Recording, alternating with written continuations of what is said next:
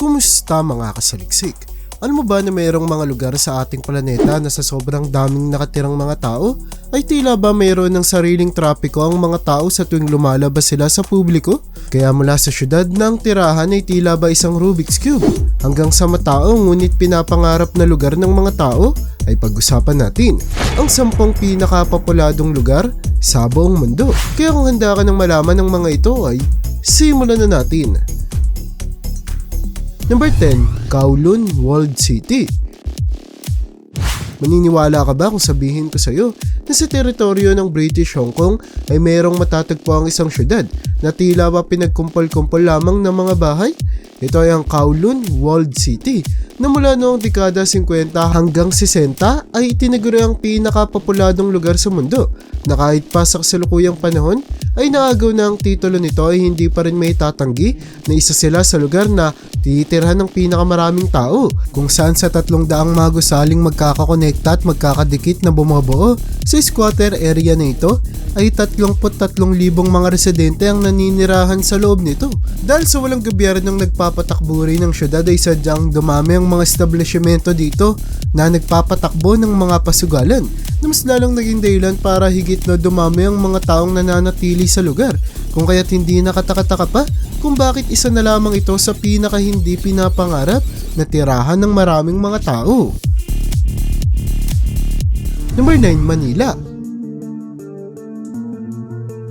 Dumako naman tayo sa ating bansang Pilipinas kung saan matatagpuan ang syudad ng Manila na kapitolyo ng ating bansa na kadalasang mahawak sa titulo sa pagiging pinakapopuladong lugar sa buong mundo kung saan kahit nakasalukuyan ay wala sa kanya ang titulo nito ay hindi pa rin natin may tatanggi na sadyang napakaraming tao ang naninirahan at bumabalik-balik rito. Mapakapwa Pilipino man ng mga dayuhan na naging dahilan para umabot ang bilang ng mga residente sa lugar sa lagpas 21 milyon na nagpapakita lamang kung bakit isa ang lugar nito sa pinakamabilis umasenso sa kabuuan ng Asya. Dahil ang Manila ay napupuno rin ng iba't ibang mga establishmento ay sadyang ginagamit ito bilang lugar para sa pakikipagkalakalan at paghahanap buhay ng napakaraming mga tao na matapos mabisita sa lugar ay nahihirapan ng bumalik sa kanilang mga kanya-kanyang pinagmulan. Number 8, Mumbai. Kung makikita mo ang kalagayan ng mga taong naninirahan sa syudad ng Mumbai sa commercial capital ng bansang India, ay makikita mo na lamang kung gaano nahihirapan ang mga residente ng lugar dahil sa dami nilang naninirahan dito na sinasabing umaabot sa halos 21 milyon. Ang dami ng populasyon ng syudad ay nagresulta sa kahirapan ng mga tao lalo na't pagdating sa transportasyon kung saan kadalasang makikita ang mga tren na dinudumog ng alon ng mga tao na tila ba hindi humihinto at nababawasan. Hindi dahilan para maging mahirap daw ang pagpunta sa kahit na anong destinasyon mo habang nasa loob ka ng syudad ng Mumbai.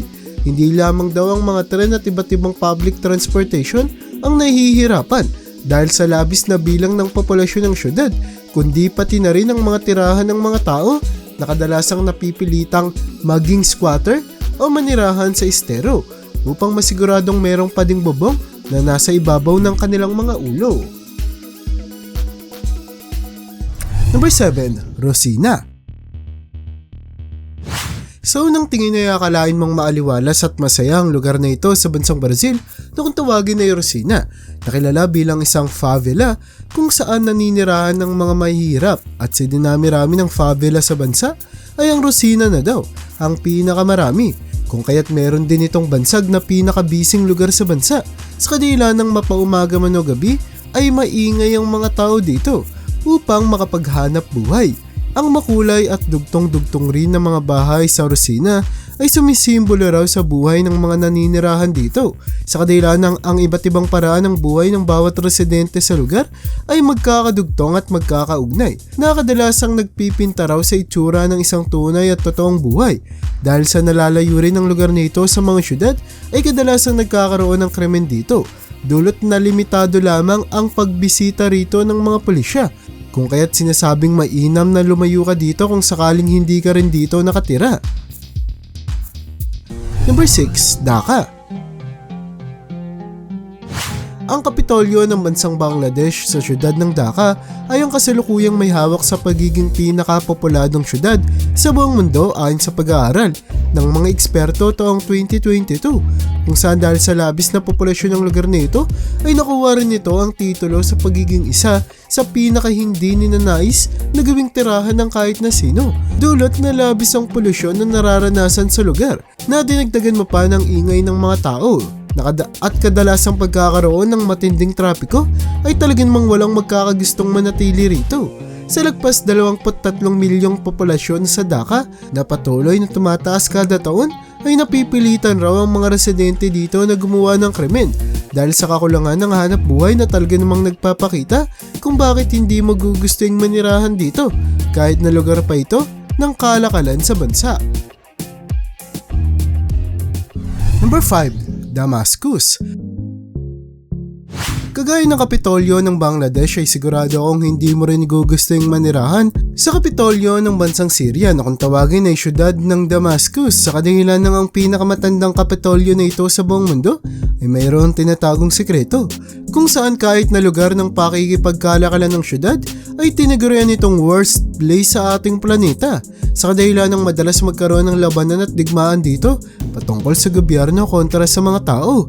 At dahil lagpas 2 milyon na ang populasyon ng lugar ay talaga namang nahihirapan ng mga otoridad na pigilan sila sa tuwing nagkakaroon ng welga patungkol sa kawalan ng trabaho ng mga residente na sadyang gumugulo sa buhay ng iba pang mga taong naninirahan o kahit pa napapabisita lamang sa lugar. Number 4. Karachi. Ang siyudad ng Karachi sa Pakistan ang kasalukuyang pinakapopuladong siyudad sa bansa. Sa kadahilan ng ito ay isang transport hub kung kaya't ang mga taong mayroong gustong puntahan sa bansa ay kinikailangang pumunta rito upang sumakay sa mga pampublikong sasakyan na mag-aatid sa kanila sa kanilang kaniya-kaniyang destinasyon. Ngunit ang napakaraming populasyon ng lugar kasama pa ng mga bumibisita rito para makasakay ay parating nagiging dahilan para maging mahirap ang pagsakay sa mga pampublikong sasakyan. Ang pagkakaroon din ng sariling kotse ay hindi makatutulong dahil sa matinding trapikong kadalasang nararanasan sa mga kalsada. Ayon sa investigasyon ng mga otoridad ay 15% sa kanilang kabuoang populasyon ay naninirahan sa estereo, dulot na sadyang nakukulangan ng mga tao sa espasyo para itayo nila ang kanilang mga bahay. Nagpapakita lamang na kahit pa ang siyudad ng Karachi na pinakamalaki rin sa bansang Pakistan ay sadyang hindi kinakayang bigyan ng lugar matitirhan ng kanyang mga nasasakupan. Number 3. Kibera. Kung pagtira lamang sa estero ang pag-uusapan ay sigurado akong kakaunti lamang ang kayang makatalo sa nayon ng Kibera sa Kenya, kung saan kasalukuyan itong may hawak sa titulo sa pagiging pinakamalaking estero sa kabuuan ng Africa, dulot na sa populasyon nito na umaabot sa 252,000 katao ay 20% lamang mula rito ang mayroong kuryente, kung saan ang mga residente dito ay napipilitang mamasura at manirahan lamang sa gilid ng mga daanan dahil sa kakulangan nila ng pera at sapat na hanap buhay. Hirap din sa pagkuha ng tubig ang mga tao dito, kung saan mayroon lamang piling lokasyon sa lugar ang kayang daluyan ng tubig na hindi may tatangging dinudumog at pinagkakaguluhan ng mga tao.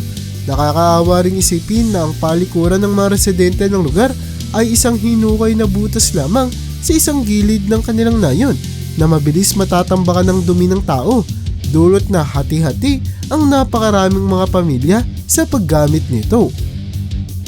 Number 1. Vijayawada. Talaga namang hindi na natin may tatanggi ng bansang India ang isa sa pinakapopulado sa lahat ng bansa sa ating planeta, dulot ng isa pang syudad sa kanila na kung tawagin ay Vijayawada ay isa rin sa pinakapopuladong syudad sa daigdig, kung saan lagpas 2 milyon ang kasalukuyang populasyon ng mga residenteng naninirahan dito, na nadadagdagan pa raw ng napakaraming mga turistang bumibisita sa lugar. Sa kadila ng matatagpuan rito ang ilan sa pinakasagradong mga templo ng bansa na parehong binibisita ng parehong mga Indiano at turista.